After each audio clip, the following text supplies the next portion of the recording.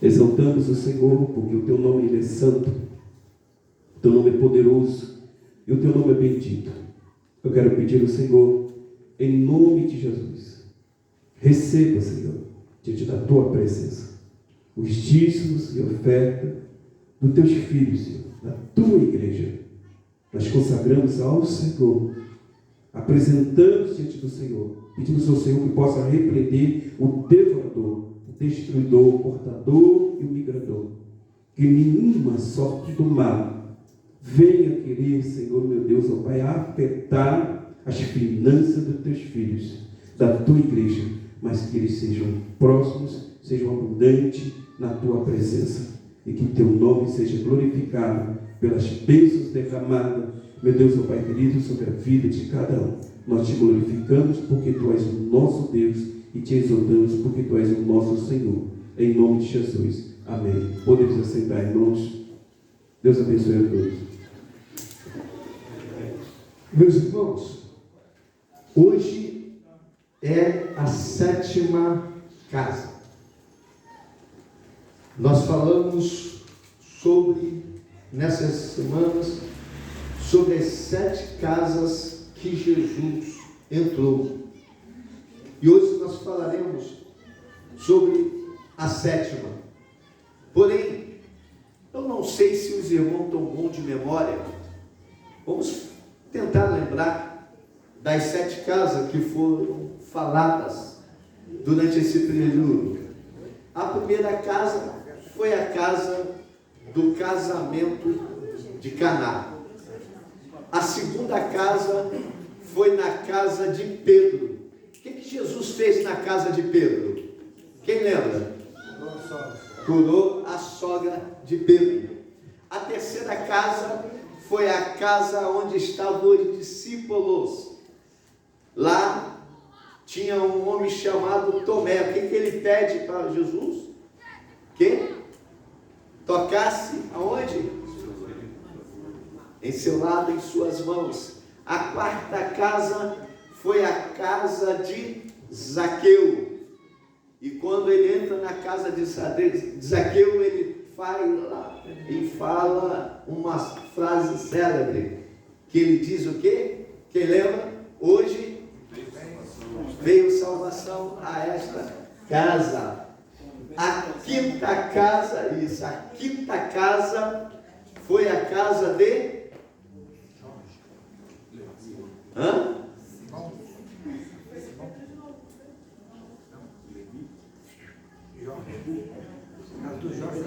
É engraçado que na vez nós ficamos agarrados na terça-feira por causa dessa casa. A gente não está hoje.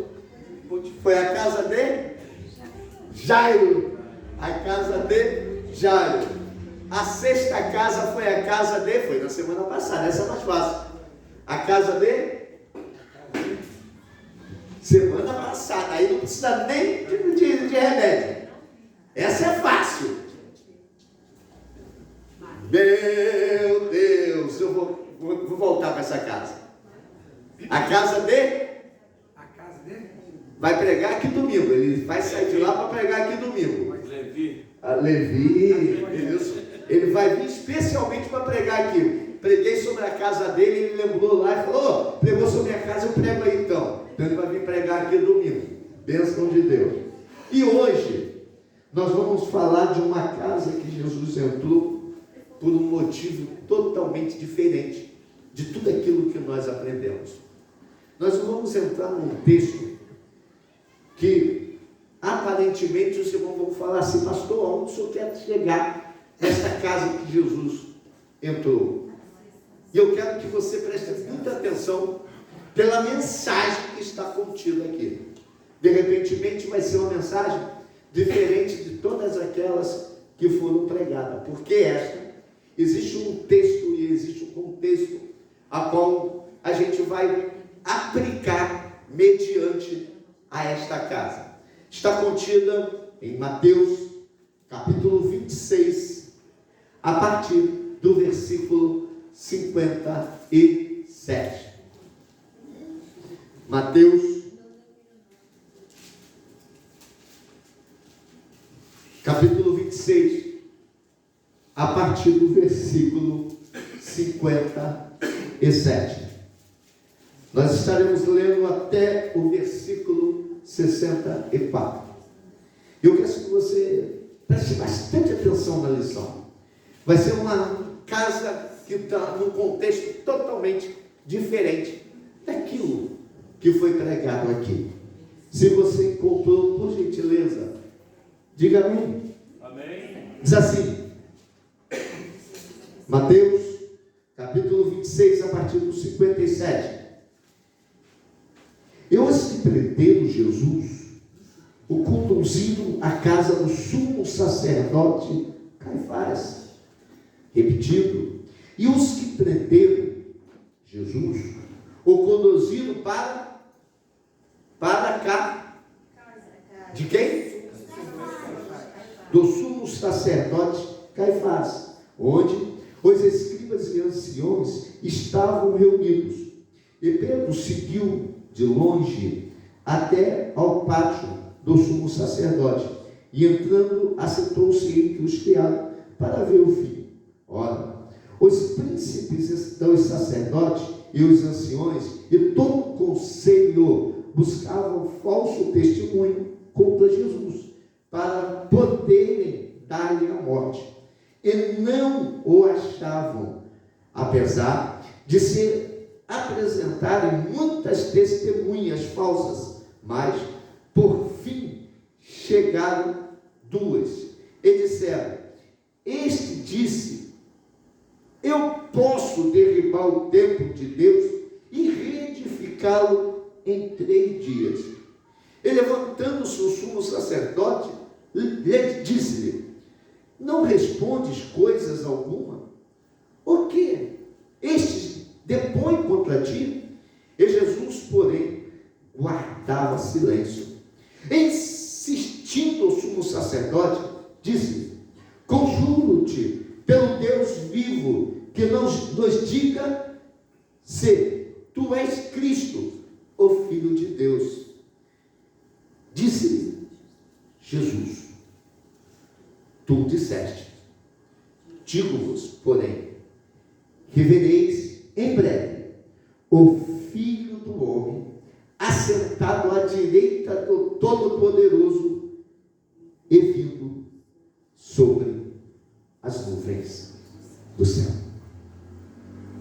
E vindo sobre as nuvens do céu.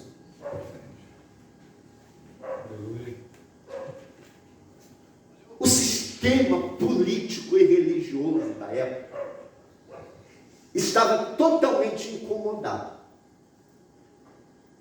porque existia uma mensagem que se inicia justamente pelo arrependimento pregado por João Batista.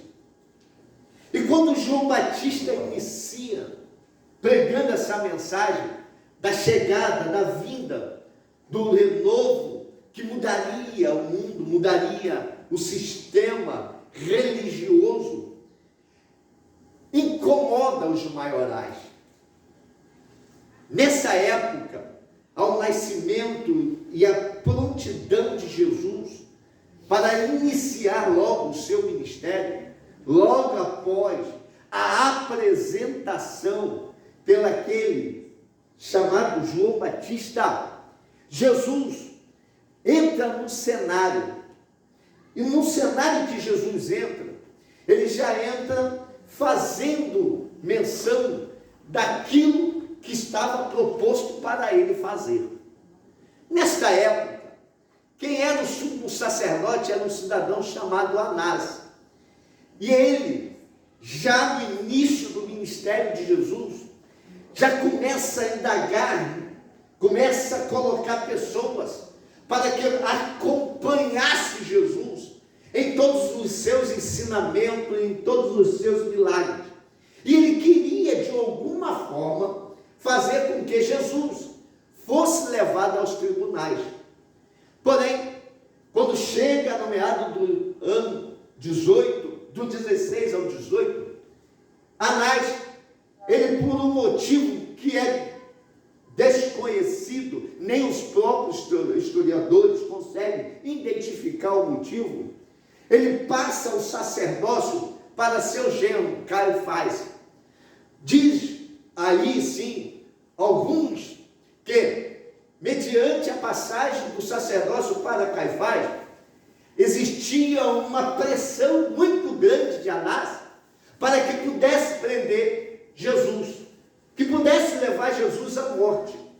Então Caifás inicia a sua trajetória com um objetivo único em seu sacerdócio: levar Jesus à cruz, ao ponto dele colocar pessoas para poder seduzir, para poder mentir, para poder indagar Jesus em seus ensinamentos, em seus feitos. Eles buscavam de alguma forma, de alguma maneira, encontrar um motivo para que pudesse conduzir Jesus à cruz. Nesse momento, nessa ganância, nessa vontade de Caifás, ele encontra entre os seus discípulos aquele que estava proposto, já mediante as mensagens proféticas, de trair Jesus, este homem que participava da mesa. E Jesus mesmo falou que nenhum deles se perder, a não ser o filho da traição, Judas. Judas consegue ser levado a Caifás, e diante de Caifás, depois de tanta proposta que ele tinha e havia feito, ele consegue seduzir a Judas com algumas moedas de prata. Quem lembra? 30 moedas de prata. Judas, homem dedicado ao tributo, gostava muito de um dinheiro. Diz a Bíblia que ele era a pessoa do ministério que era responsável pelas doações e tudo que chegava a ele. Só que ele era aquele que dividia as doações. A Bíblia mesmo fala que ele escondia algumas doações no bolso.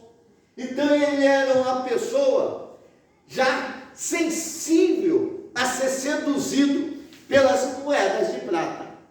Caifás encontra em Judas uma fraqueza e seduz ele a conduzir os guardas.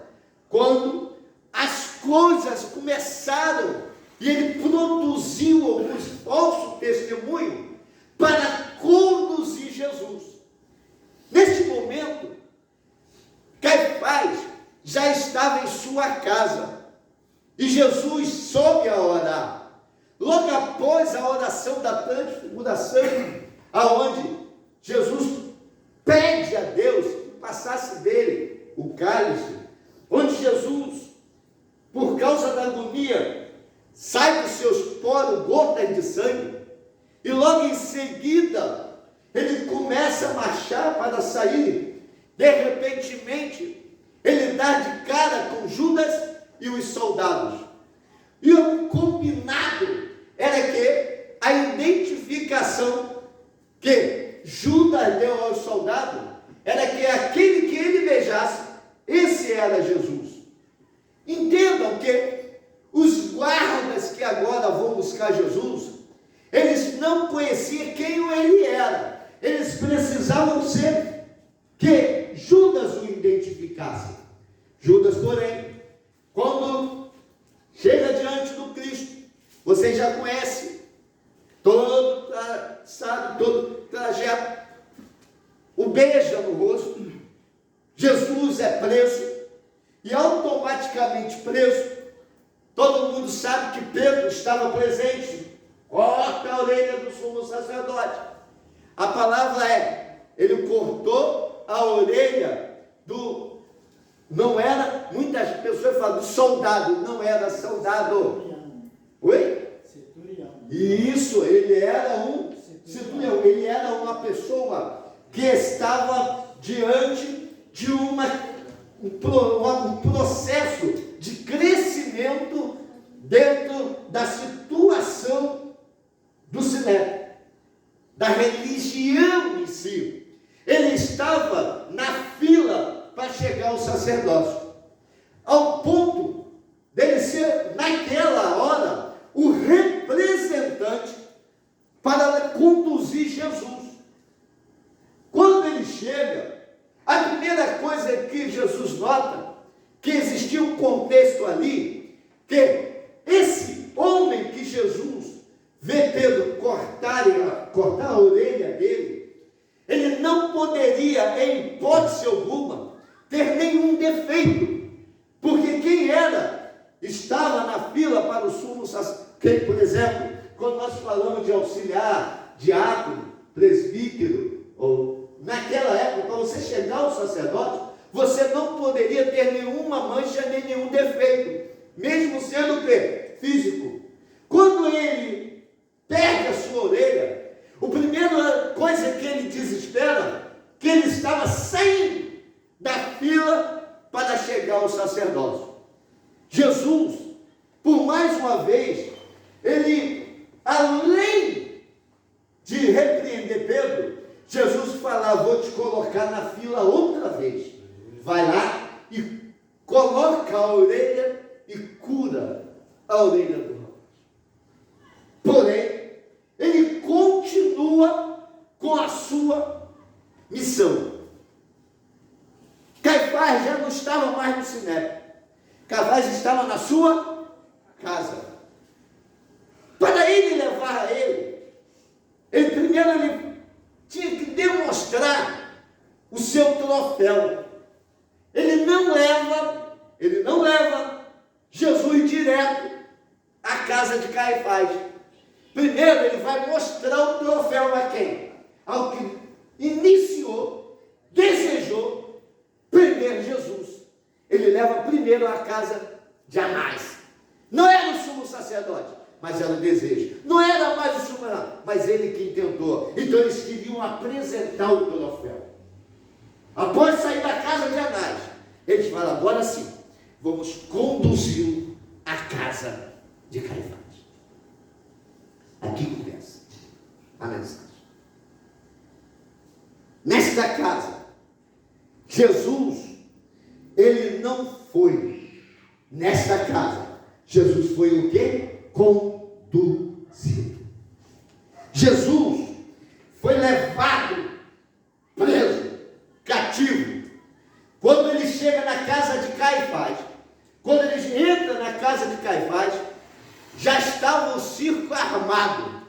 Estava ali falsas testemunhas, estava ali os anciões, estavam ali os príncipes, para que pudesse julgar Jesus, para que pudesse colocar Jesus na posição de ser julgado e levado à morte, morte de cruz. Aqui começa a primeira aplicação. O que estamos fazendo com Jesus em nossa casa? O que Jesus tem sido representado e de que forma a gente tem levado ele? Caifás colocou o falso. Caifás colocou aquilo que era falso diante dele. Falsas pessoas, falsos testemunhos, falsas ideologias, falsas mentiras, erros, buscando defeitos. O que nós estamos fazendo com Jesus na nossa casa? Será que nós estamos pegando Jesus e colocando o nosso coração direto naquilo que foi falado por ele próprio, a mulher samaritana? Tem dias que os verdadeiros adorarão ao Senhor em espírito ou em verdade, ou a gente está colocando um coração duvidoso e falso diante da presença dele? Qual é o testemunho que nós estamos colocando diante dele dentro da nossa casa? Será que nós estamos reunindo algumas coisas que não são verídicas, que não são verdade? Será que nós estamos colocando algo que é mutável? Porque a gente apresenta no templo algo, mas na nossa casa nós apresentamos o falso. O que nós estamos fazendo de Jesus na nossa casa? Existia um jargão que a gente ouvia muito antigamente, quando dizia que existia muitas pessoas que na igreja é um santarrão, na rua é um trapalhão, em casa é um leão. Grita com a mulher, bate nos filhos, mente. Eu não vou nem falar do SPC, que não tem jeito de correr muitas vezes. Mas tem gente que foge da porta da padaria. Tem gente que combina que vai fazer e não paga. Tem gente que vai... Ah, Deus. O que nós estamos fazendo com Jesus na nossa casa? Verdade. O que nós estamos falando com Ele? O que nós estamos falando com Ele? Será que dentro da nossa casa o que eu tenho é glória, aleluia, Deus salva, Deus batiza? Ou vai para o inferno, mulher? Para de me perturbar! Ô criança encapetada! O que nós estamos fazendo na Jesus na nossa casa? O que Jesus representa para mim dentro da minha casa? Eu não vou colocar... Caifás colocou dentro da casa dele um falso. Caifás colocou dentro da casa dele um errôneo. Caifás colocou na casa dele a mentira. Dizendo assim, você vai entrar. Você vai entrar. Eles pegam um soldado e carregam Jesus. Sabe o que ele estava dizendo ali, Jorge? Uma coisa que ele estava falando assim: posso, porque eu faço do jeito que eu quero, eu sirvo do jeito que eu quero, eu adoro da maneira que eu quero, eu faço da maneira que eu quero. Aí as grandes ideologias começam a criar para enganar esses que estão colocando Jesus forçado na vida e na casa, dizendo e trazendo e voltando dentro das igrejas, e automaticamente, ei, você pode vir, se você fuma, pode fumar, se você gosta de um baseado, pode continuar dando baseado, se você gosta de prostituição, pode continuar prostituindo, se você gosta de mentira, pode continuar mentindo, não importa que você esteja aqui, ele não. A minha Bíblia fala que na casa dele, quando você entra, você pode entrar um mentiroso, mas você vai sair falando a verdade. Você pode entrar um viciado, mas quando sair, vai sair um liberto. Você pode entrar um mentiroso, você pode entrar um prostituto, você pode entrar, mas quando sai transformado pelo poder e pela autoridade do nome do Senhor Jesus. O que estamos fazendo com Jesus dentro da nossa casa? O que nós estamos fazendo com Ele? O que Ele está sendo representado?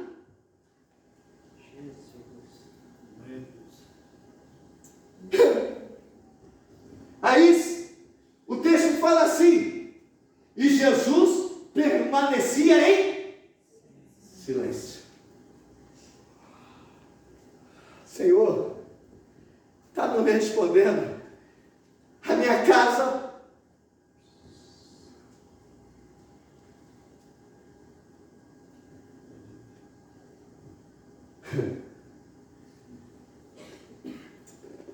mesmo Caifás querendo articular sua morte, queria só ouvir uma voz, só queria ouvir uma palavra. Ele diga: você não fala nada. As pessoas dentro da minha casa estão te acusando e você não fala nada. Aí Jesus, Caifás, vai lá e toca em algo que, mesmo sendo falado em momento desesperador. Mas chama Jesus. Ele fala no versículo 63.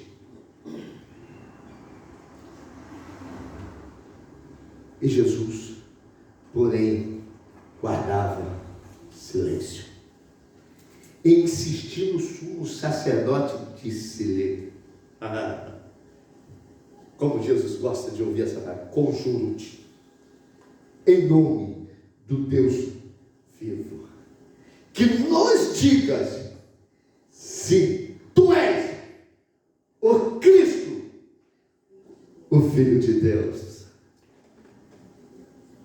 Aí já mudou o cenário. Não, ele está blasfemando. Não, ele está dizendo que derruba o templo e constrói ele em 3 dias. Ele está falando e curando no sábado. O cenário muda. Agora ele vai na ferida e fala, ei, eu te conjuro-te, em nome do Deus vivo. Ele fala, meu pai, meu pai, tu és o Filho do Deus eu sou. Aí ele fala, como se estivesse falando a Pedro, não foi quem que revelar-te a ti, Aleluia. mas foi o Deus do céu, o Espírito que te revela. Em meio à incredulidade, em meio aos erros, em meio à situação, existe um socorro presente dentro da casa. Jesus mesmo sendo pronto para ser levado à cruz, e ele teria que ir, ele teria que chegar lá, ele teria, por causa de mim, por causa de você. Jesus nessa hora não falou, meu pai, mesmo diante do falso, mas quando clamar o papai, eu vou estar aqui. Falou no nome dele, eu chego. Gritou o nome dele, eu chego. Pediu a ele, eu estou aqui. Jesus fala assim, tu mesmo disseste, e tu verás o Filho do Homem assentado junto ao trono. A primeira que ele fala. Aí vem a mensagem profética da igreja. Sabemos, a maior mensagem profética da igreja. Ele fala, tu verás o Filho do Homem assentado no trono. Aí vem a mensagem. Aí vem, Jesus. E muito em breve, voltando sobre as nuvens. Ele estava falando aqui, e muito breve, eu vou estar nas nuvens. Ele estava falando assim, eu destruo e eu construo. Ele está falando, não sei o que passa na tua casa, mas creia naquele que enviou, porque um dia lá nas nuvens, ele vai dar o toque da trompeta, o suar da trompeta, a voz de arcanjo, dizendo, é a hora, Espírito Santo. E neste exato momento, das casas, o Espírito Santo vai abraçar Leandro, vai abraçar aqueles que estão em Cristo Jesus, e vai levantá-los. E quando Leandro ser erguido, ele vai olhar e ver aquele que morreu e foi ressuscitado, e está com ele indo para as nuvens também. Você vai olhar para o outro lado, vai ver o outro, vai olhar para o outro lado e ver aquele, vai ver os pastores, muitos daqueles que sofreram no ministério, vai ver aquela irmãzinha que está em oração que bateu, e você vai se contemplar e já vai começar olhando na atmosfera até chegar nas nuvens, e nas nuvens vai estar aquele que disse a Caifás, você não, mas ele vai estar lá. Aleluia. Ele vai estar lá. A igreja que permanecer trazendo Jesus com sinceridade e verdade para a sua casa, ele vai ver, ele vai ter um encontro com Jesus na nuvem. Por isso, a tua casa tem que ser uma casa de verdade, a tua casa tem que ser uma casa de adoração, a tua casa tem que ser uma casa de bênção. Tira falso, tira mentira, tira as intrigas, tira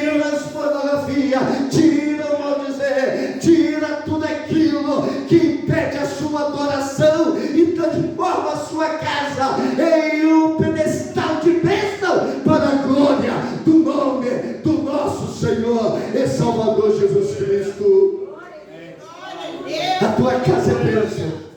A tua casa é lugar de bênção.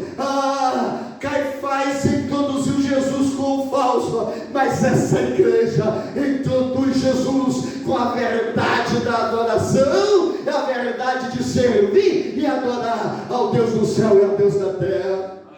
Se você puder, em nome de Jesus, vira para o teu irmão e fala assim: a tua casa é casa da verdade e da adoração. Fala para ele: a tua casa é casa de adoração. A tua casa é casa de adoração.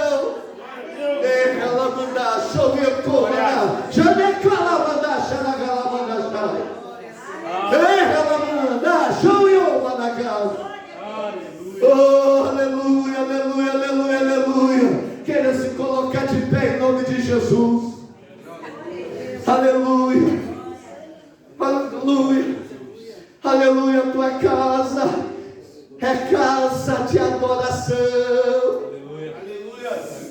A tua casa é casa de adoração. O que preza na tua casa é adorar. O que manda na tua casa é o Senhor Jesus. O que está dentro da tua casa é o Senhor Jesus. É Ele que habita aí. É Ele que está lá. É Ele que vive lá. É Ele que opera lá. É Ele que comanda. É Ele que determina. É Ele que auxilia. É Ele que socorre. É Ele que determina tudo para que você seja abençoado na sua casa. Aleluia, aleluia.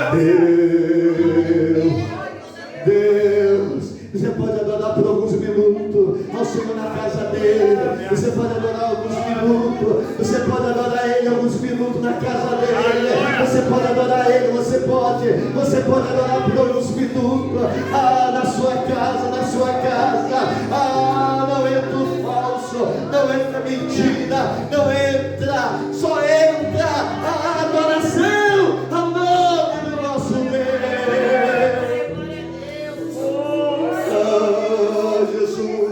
Jesus, nós te adoramos, nós te adoramos. Coloca a mão no teu coração em nome de Jesus, querido Deus e Senhor.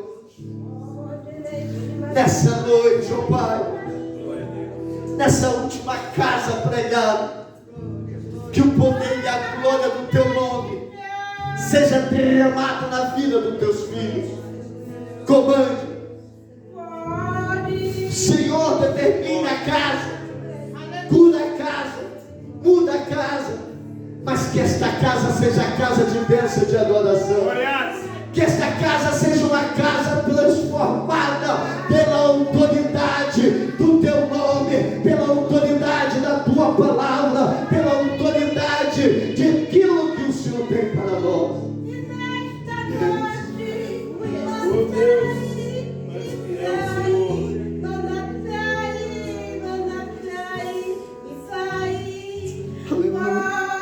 Aleluia, Deus.